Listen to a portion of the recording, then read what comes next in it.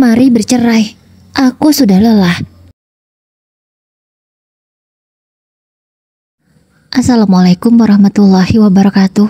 Apa kabar Bunda? Semoga Allah selalu memberikan kebahagiaan. Apakah Ayla mengenal Mas Iwan? Tanyaku ke Kak Ayla. Tapi ia segera menggeleng cepat. Namun dari sorot matanya, aku bisa melihat kalau Kak Ayla sedang menyembunyikan sesuatu. Seketika, ekspresi wajah Kak Ayla berubah. Yang tadinya ceria, kini terlihat murung. Ada kesedihan di sana, tapi aku tidak tahu apa yang terjadi karena Kak Ayla tidak mau bercerita apapun padaku. Kak, ada apa? Tanyaku lagi. Aku masih berusaha mencari tahu, tapi Kak Ayla masih bungkam, tidak mau bicara. Akhirnya kami sama-sama diam. Aku menatap ke arah lain. Aku bergelut dengan pikiranku sendiri, mengira-ngira apa yang sebenarnya terjadi. Hingga tiba-tiba, telingaku yang mungil ini mendengar isak tangis seseorang. Aku langsung menoleh ke arah Kak Ayla. Kakak kenapa? Aku sangat panik, karena sekarang Kak Ayla sedang menangis. Dia menangis sampai sesenggukan. Aku tidak tahu apa yang terjadi. Aku merasakan, saat ini Kak Ayla sedang merasakan sakit hati yang sangat dalam. Tapi dia masih tetap bungkam, belum mau bicara apapun. Menangislah Kak, supaya hatimu lega. Dan jika engkau sudah siap, ceritakanlah padaku. Telingaku yang mungil ini siap mendengarkan, ucapku. Aku hanya bisa berusaha menghibur Kak Ayla, karena aku memang benar-benar bingung. Kenapa tiba-tiba kakak aku itu menangis, padahal tadi aku tidak mencubitnya atau memarahinya. Kak, kakak kenapa menangis? Apa teh buatanku gak enak ya? Jangan-jangan aku salah kasih ya Kak? Bukan gula yang kumasukkan tapi garam. Tanpa menunggu jawaban Kak Ayla, aku mencicipi teh yang ada di meja, sembari masih memeluk Kak Ayla. Tanpa sadar, aku menghabiskan teh yang tinggal setengah itu. Enak kok Kak teh buatanku. Terus kakak kenapa menangis?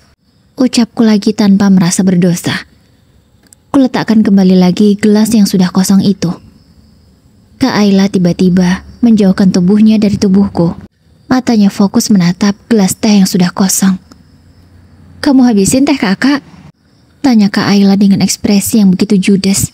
Suaranya pun terdengar sangat ketus. Maaf Kak, ucapku sembari menggaruk kepalaku yang tak gatal. Ya udah Kak, aku buatin lagi ya yang baru, ucapku sambil beranjak akan menuju ke dapur. Tapi Kak Ayla langsung memegang tanganku. Seketika membuat langkahku terhenti. Ada apa Kak? Tanyaku. Gak usah buat lagi, kakak udah gak haus, kata Ayla sembari menatap tajam ke arahku. Aku pun kembali duduk, dan kutanyakan lagi untuk kesekian kalinya. Ya sudah Kak, kalau gitu sekarang kakak cerita. Kakak sebenarnya kenapa? Kenapa kakak tiba-tiba menangis? Tanya aku bertubi-tubi. Dek, kalau kakak jujur, kamu marah nggak? Pertanyaanku malah dijawab dengan pertanyaan juga oleh Kak Ayla. Aku nggak marah Kak.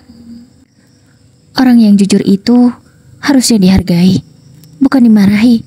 Walau kejujuran itu sangat menyakitkan, jawabku sambil tersenyum. Kak Ayla menarik nafasnya dalam-dalam, lalu menghembuskannya pelan. Aku sangat penasaran, sebenarnya dia mau ngomong apa? Ayah, kamu ingat gak dulu? Kakak pernah ngomong, kakak sedang menunggu seseorang untuk melamar kakak. Ya walaupun kakak belum tahu persis orang itu benarkah serius atau tidak. Kak Ayla berkata dengan mata yang berkaca-kaca. Aku pun mulai mengingat kapan Kak Ayla pernah bicara soal itu. Aku langsung teringat saat perjodohan kami. Iya, Kak Ayla mengatakannya saat perjodohan itu. Iya Kak, aku ingat. Terus Kak? Tanyaku. Kamu tahu siapa orangnya? Kak Ayla malah berbalik tanya. Gak tahulah Kak, kan kakak gak pernah ngomong sama aku, jawabku dengan polosnya. Kak Ayla memejamkan matanya, menarik nafasnya dengan dalam, kemudian berkata, Orang itu adalah suami kamu. Jawaban Kak Aila membuatku sangat terkejut. Tapi seketika juga aku langsung kepo. Bagaimana kisah ini bisa terjadi? Maksud kakak, Mas Iwan? Pertanyaan bodoh apa yang aku lontarkan ini? Sudah jelas-jelas Kak Aila bilang kalau suamiku. Ya siapa lagi kalau bukan Mas Iwan? Batinku menggerutu kesal. Menanggapi diriku sendiri. Iya, Mas Iwan. Mas Iwan adalah lelaki yang menjanjikan ia akan melamar kakak. Jawab Kak Aila. Terus kenapa bisa jadi begini, Kak? Kenapa malah Kak Iwan menikah sama aku? Tanyaku. Coba kakak ceritakan, bagaimana kisah kakak dengan Mas Iwan? Lalu kenapa semua jadi begini? Sumpah aku bingung. Ucapku sembari memegangi kepalaku karena aku benar-benar merasa pusing. Kak Aila pun mulai mendongeng. Dia menceritakan bagaimana kisahnya pertama kali bertemu dengan Mas Iwan. Jadi waktu itu, semasa kami masih kuliah, kakak tidak sengaja bertemu dengan Mas Iwan. Kala itu kami tidak berkenalan, hanya saling memandang saja, itu pun tidak sengaja. Tapi dari situ, malah terjalinlah sesuatu di antara kami. Walau kami tak pernah bicara dan saling bertatap muka. Jika berkomunikasi, kami selalu melalui perantara. Semua itu dia lakukan karena dia menghargai kakak. Dia tahu bagaimana karakter kakak. Tidak mau didekati oleh lelaki sembarangan. Hingga dia mengatakan pada orang yang menjadi perantaranya bahwa ia akan melamar kakak suatu hari nanti. Katanya, dia akan melamar kakak setelah ia berhasil mencapai cita-citanya. Dan kakak selalu memegang janji itu sampai sekarang. Tapi harapan kakak sudah pupus karena orang yang kakak tunggu sudah menjadi suami dari adik kakak sendiri. Kak Aila menceritakan semuanya panjang lebar. Air matanya pun ikut berlinangan membasahi pipinya yang mulus. Bahkan saking sedihnya, Kak Aila sampai pilek sehingga menghabiskan tisu yang ada di meja tamuku. Mulutku hanya bisa menganga mendengarkan cerita Kak Aila. Kisah macam apa ini? Kenapa aku bisa menikah dengan seseorang yang kakak aku cintai? Lagi pula, takdir ini begitu unik ya. Selama 3 tahun, aku menikah dengan Mas Iwan. Kak Aila memang tidak pernah bertemu karena dia selalu sibuk bekerja. Bahkan acara pernikahanku, dia tidak datang karena saking sibuknya. Ya begitulah kakakku. Jika sudah berminat dengan sesuatu, dia akan begitu tekun untuk meraihnya, termasuk kerja. Aku, Abi, dan Umi sudah tidak heran lagi. Jadi kami sudah biasa. Kak Aila pun tak hadir di acara pernikahan kami, juga sudah kami anggap biasa. Namun lain halnya lagi kalau soal orang tua. Jika mendengar orang tuaku sakit, Kak Aila langsung panik. Dan semua pekerjaan langsung ia tinggalkan. Karena effortnya itu juga yang membuat Kak Aila belum pernah bertemu dengan Mas Iwan selama kami menikah. Mendengar cerita Kak Aila ini, aku langsung teringat dengan nasib rumah tanggaku selama ini. Mas Iwan tidak pernah menyentuhku. Apa semua itu ia lakukan karena ia masih setia dengan Kak Aila? Ataukah di hati Mas Iwan hanya ada Kak Aila seorang, sehingga dia menjaga dirinya agar tidak menyentuhku? Karena aku sangat yakin kalau Mas Iwan terpaksa juga menerima perjodohan ini demi orang tuanya, sama sepertiku. Kenapa kakak tidak mencari Mas Iwan? Kenapa kakak malah sibuk bekerja, tidak mencarinya, dan meminta penjelasan soal janjinya waktu itu? Tanyaku ke Kak Aila. Aku berusaha menahan air mata ini. Aku tak bisa berbohong. Hatiku sakit karena aku mengetahui fakta yang sangat mengejutkan. Kalau ternyata kakakku sendiri adalah orang yang dicintai oleh suamiku. Dan kakakku juga masih mencintai Mas Iwan sampai sekarang. Kakak sebenarnya ingin mencari dia. Tapi saat itu ada tawaran kerja yang menarik. Jadi kakak mengutamakan pekerjaan kakak dulu. Dan setelah pekerjaan kakak bisa ditinggal, kakak mencari Mas Iwan, tapi tidak pernah ketemu. Dia sudah pindah rumah. Dan temannya yang menjadi perantara kala itu sudah meninggal dunia. Jadi aku tak punya informasi banyak tentang Mas Iwan. Dan kakak juga gak menyangka kalau ternyata orang yang dijodohkan dengan kita itu adalah Mas Iwan. Andai kakak tahu, kakak pasti akan menerima perjodohan itu. Dan kami pasti sudah menikah, hidup bahagia sampai sekarang. Entah mengapa, hati ini merasa sangat sakit sekali ketika Kak Ayla berkata demikian.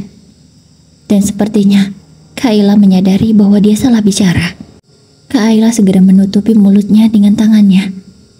Maaf dek, kakak tidak bermaksud. Kak Ayla berusaha menjelaskan. Tapi aku sudah paham bagaimana perasaannya saat ini. Kusentuh pundak Kak Ayla sembari tersenyum. Tidak apa-apa kak, aku mengerti. Sumpah dek, kakak tidak bermaksud seperti itu. Kak Ayla masih merasa bersalah. Aku menggeleng, pertanda bahwa aku baik-baik saja. Aku mengerti kak, bagaimana rasanya diperlakukan tidak adil oleh orang yang kita cintai. Aku tahu kak rasanya sakit sekali. Setelah mengatakan kalimat itu, air mata yang sedari tadi berusaha aku tahan akhirnya luruh juga. Dek, maafin kakak. Kakak gak bermaksud. Kak Ayla berusaha memelukku. Lagi-lagi dia meminta maaf. Aku gak apa-apa kak. Aku baik-baik saja. Aku tidak merasa sakit hati dengan ucapan kakak. Aku hanya meratapi dan menangisi nasibku sendiri. Ucapku. Maksud kamu apa? Bukankah kamu bahagia selama ini bersama Mas Iwan? Abi dan Umi selalu menceritakan kepada kakak kalau rumah tangga kalian itu harmonis dan bahagia. Benar kan cerita Abi dan Umi? Tanya Kak Ayla. Ku awali jawabanku dengan senyuman. Jadi selama ini kakak bertanya pada Abi dan Umi? Tanyaku balik. Iya, tapi tidak banyak. Kakak hanya menanyakan sebatas nama suami kamu, di mana tempat tinggal kalian, dan bagaimana kehidupan rumah tangga kalian selama ini. Kakak tahu kalau nama suami kamu itu Iwan.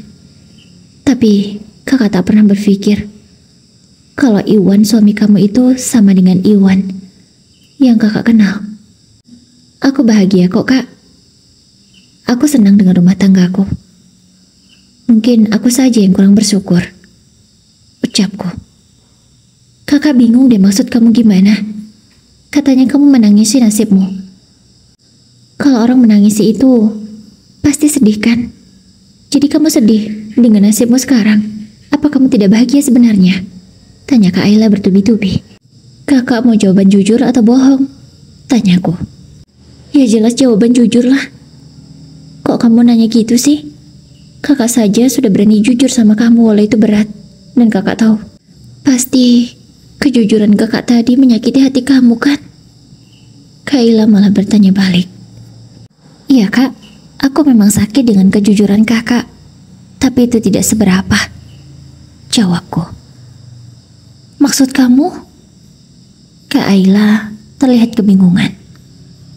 Kakak mau jawaban jujur atau bohong dariku? Tanyaku balik. Jawaban jujur. Jawabnya singkat. Sebenarnya, aku selama ini tidak bahagia di rumah tanggaku, Kak. Aku menderita. Aku tidak pernah dicintai oleh suamiku sendiri. Kami hanya menikah di atas kertas. Tapi di kehidupannya, tidak pantas disebut pernikahan. Aku memang selalu menerima nafkah lahir, tapi tidak dengan nafkah batin. Aku tak pernah merasakan seutuhnya menjadi seorang istri. Belum lagi, selama ini aku sudah dituntut soal anak oleh mertua dan juga Abi serta Umi.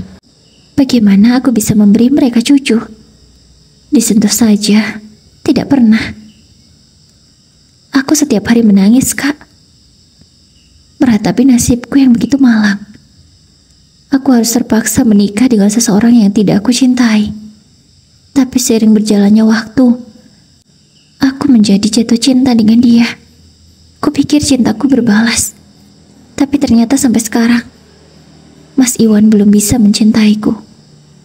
Itu makanya, dia tidak menyentuhku. Aku tersiksa batin. Hatiku begitu sakit. Perih sekali rasanya. Kali ini, Tangisanku pecah. Dadaku sampai sesak. Karena ini memang benar-benar terasa sangat menyakitkan bagiku. Masalah terus saja datang. Belum selesai yang satu, datang lagi yang lain. Dek, maafin kakak. Kakak gak tahu kalau selama ini kamu gak bahagia. Kamu kenapa gak jujur sama Abi dan Umi aja? Kakak enteng sekali bicara. Bagaimana mungkin aku bisa berkata pada mereka, Kak? Aku dulu saja yang menolak perjodohan itu. Abi langsung terkena serangan jantung. Aku melakukan ini semua juga karena kakak. Karena kakak menolak perjodohan itu. Sehingga aku menerimanya. Seharusnya kakak duluan yang menikah, bukan aku. Karena kita ini anak perempuan, Kak. Tapi karena kakak memilih mengejar karir dan menunggu seseorang yang sebenarnya sudah ada di depan mata kakak, kakak menolak perjodohan itu, mengorbankan aku. Kakak sadar tidak semua itu? Pandanganku ku alihkan ke Kak Aila. Aku menatapnya dalam. Aku ingin tahu, apakah Kak Aila merasa bersalah atau di hatinya hanya ada rasa menyesal karena tidak menerima perjodohan ini, sebab laki-laki yang dijodohkan sebenarnya orang yang dia cintai. Kak Aila hanya terdiam. Dia tidak bisa menjawab perkataanku. Maafin kakak, Dek. Lagi-lagi hanya kata maaf yang keluar dari mulutnya. Aku sudah maafkan kakak kok, ucapku sembari tersenyum. Aku juga punya kejutan untuk kakak, kataku lagi. Kak Aila menatap bingung. Tenang, kejutan ini pasti menyenangkan untuk kakak. Aku segera mengeluarkan sesuatu dari dalam tasku. Sesuatu yang sebenarnya harus dibaca lebih dulu oleh Mas Iwan. Tapi aku ingin memberitahu Kak Aila.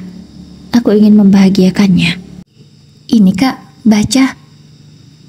Kataku sembari menyerahkan map yang aku dapatkan dari Pak Usman, pengacaraku. Apa ini, Dek? Tanya Kak Aila bingung. Baca saja, bukalah, jawabku. Setelah membaca beberapa kata di surat itu, Kak Aila langsung membelalakan matanya. Dia kini melihat ke arahku dan menatap penuh tanya. Kenapa begini? Tanyanya. Aku sudah memikirkannya matang-matang, Kak. Aku sudah lelah. Aku tidak sanggup lagi bersabar. Aku sudah merasa cukup bersandiwara selama ini, berpura-pura bahagia di depan semua orang. Dan ketika hanya berdua dengan Mas Iwan, kami layaknya orang asing yang tidak saling kenal.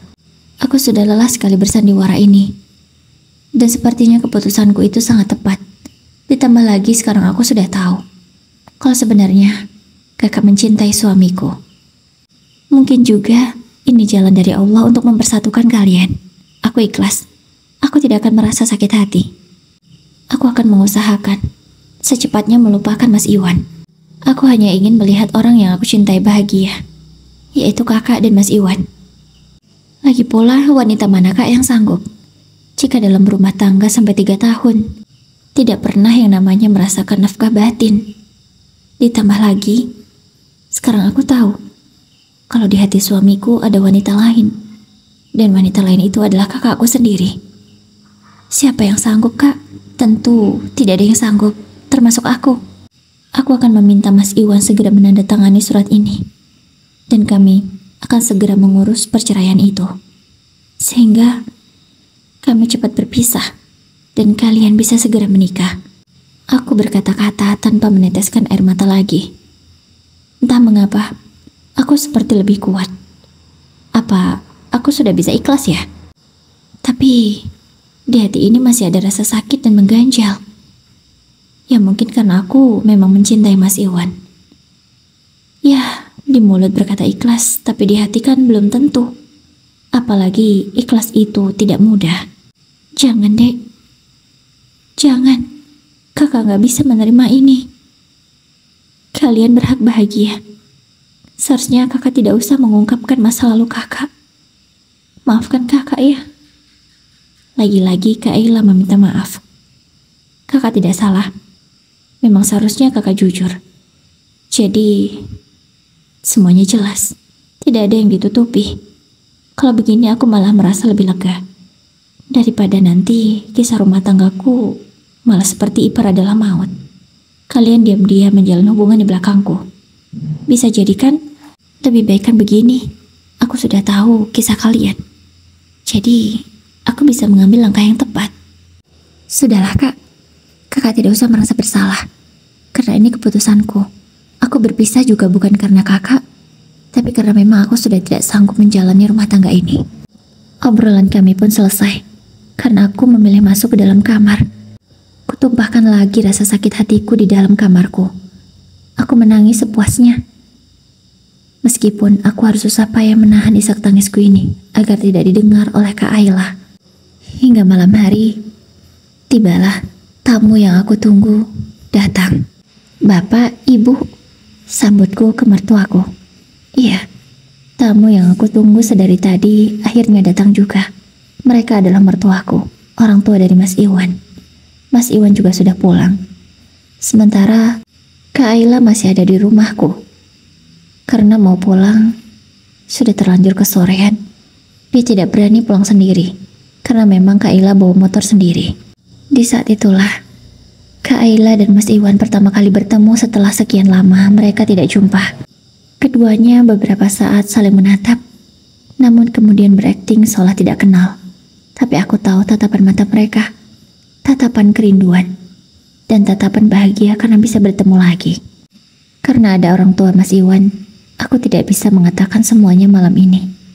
Aku tidak ingin membuat mertuaku itu kecewa. Ya walaupun ujung-ujungnya nanti mereka akan tahu juga. Makan malam pun tiba. Untung tadi aku sudah sempat masak, sehingga malam ini kami bisa makan bersama. Ayah, bagaimana nak? Apakah sudah ada tanda-tanda? Tanya ibu mertuaku. Tanda-tanda apa bu? Jawabku seolah polos tidak tahu maksud dari ibu mertuaku itu. Ya, tanda-tanda ibu akan punya cucu. Tanya ibu mertuaku itu sembari tersenyum. Mungkin beliau takut jika menyinggung perasaanku. Aku menggeleng pelan. Ya sudah, gak apa-apa. Mungkin belum dikasih sama yang kuasa. Tapi bapak dan ibu berharap kamu segera hamil. Karena kami sudah pingin sekali menimang cucu. Sambung ibu mertuaku lagi. Aku langsung melihat ke arah Mas Iwan. Tapi bukannya menatapku balik.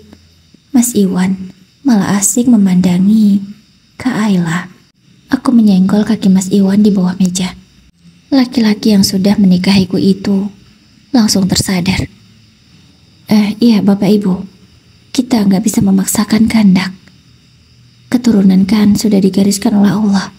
Kita tinggal bersabar saja, ucap Mas Iwan dengan nada yang sedikit gelagapan. Iya nak, ibu paham kok, jawab ibu mertuaku. Kini ibu mertuaku beralih memandang ke Ayla. Kalau nak Ayla, sudah ada jodohnya belum? Tanya ibu mertuaku. Sudah ada bu, jawab Kak Ayla dengan nada yang begitu tegas. Aku tidak tahu apa maksud Kak Ayla. Apakah memang benar dia sudah memiliki jodoh yang lain atau dia masih mengharapkan Mas Iwan? Aku pun bertanya-tanya. Alhamdulillah kalau sudah ada. Jangan lama-lama, segerakan saja. Kebaikan tidak baik loh ditunda-tunda. Timpal ayah mertuaku. Iya pak bu, secepatnya kami akan segera menikah kok, jawab Kak Ayla santai. Namun ada satu yang membuatku bingung. Karena Kak Ayla sempat melirik ke arah Mas Iwan. Apa maksud Kak Ayla? Apakah dia masih mengharapkan Mas Iwan? Tapi ya tidak apalah, toh kami akan bercerai juga. Akhirnya perbincangan selesai. Malam pun semakin larut. Kami masuk ke dalam kamar masing-masing. Untungnya di rumahku ini ada 3 kamar, sehingga tidak ada yang harus tidur di luar. Setelah kami berdua di dalam kamar, aku langsung memberikan surat permohonan perceraian itu ke Mas Iwan. Apa ini maksudnya? Tanya Mas Iwan dengan kesal. Kan aku sudah bilang mas, mari bercerai. Aku sudah tidak sanggup. Aku juga sudah tahu masa lalu kalian. Tidak perlu ada yang ditutupi lagi. Aku malah senang kok jika kalian bisa bersama. Maksud kamu? Tanya Mas Iwan. Aku sudah tahu masa lalu kamu dengan Kak Ayla. Aku sudah tahu semuanya dari Kak Ayla sendiri. Jawabku tegas. Mas Iwan terlihat kaget. Tapi aku sudah tidak mau tahu lagi. Yang aku mau dia segera menandatangani surat perceraian itu. Tapi ayah, kita tidak mungkin bercerai. Bercerai itu kan dosa, kata Mas Iwan. Mas, lebih dosa mana? Dengan kamu yang selama ini tidak memberi nafkah batin kepadaku. Itu jauh lebih dosa. Dan kamu menyakitiku, Mas. Lebih baik kita pisah. Menyusun masa depan masing-masing. Sehingga tidak saling menyakiti seperti ini. Aku berkata dengan nada yang masih tegas.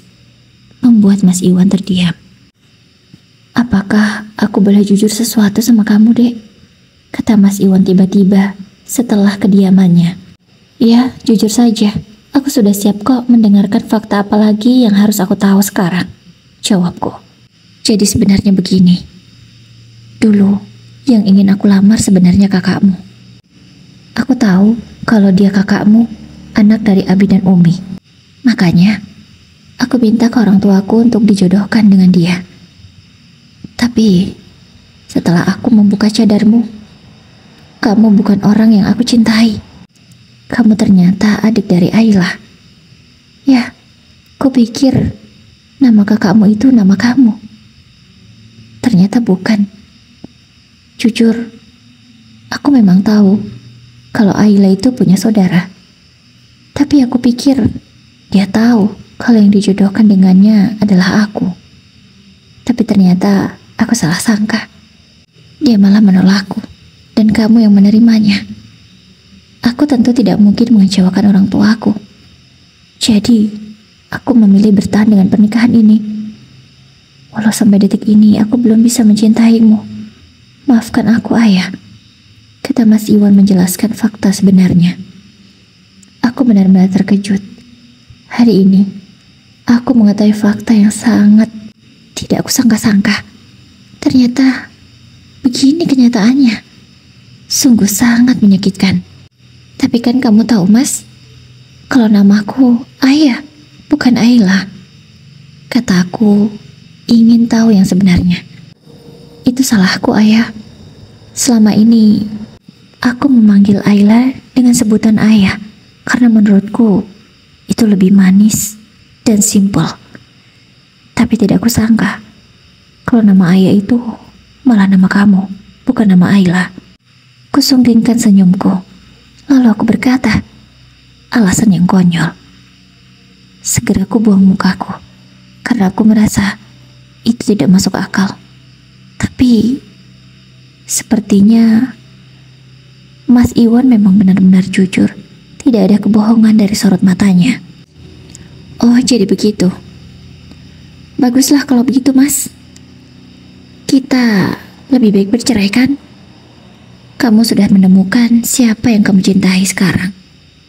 Kamu tanda tangani ini, maka proses akan segera berlanjut dan kita bisa segera berpisah.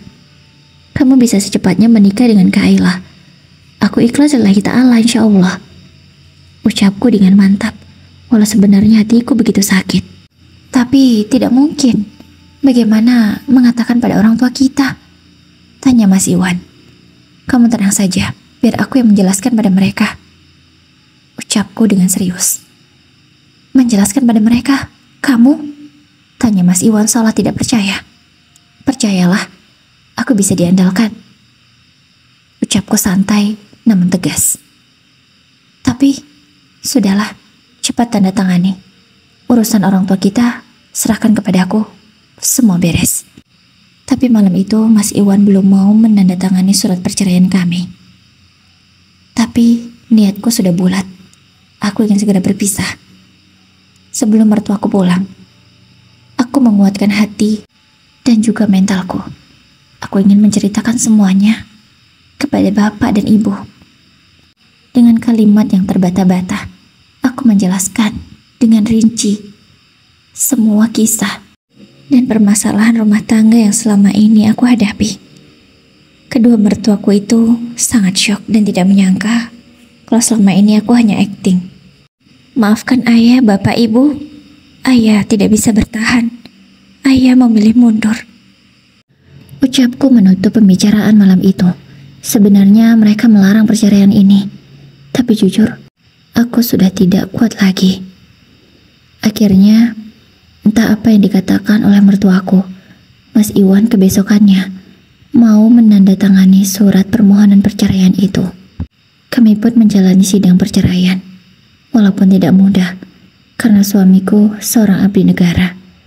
Tapi dengan segala kemampuan yang ada, akhirnya proses itu selesai.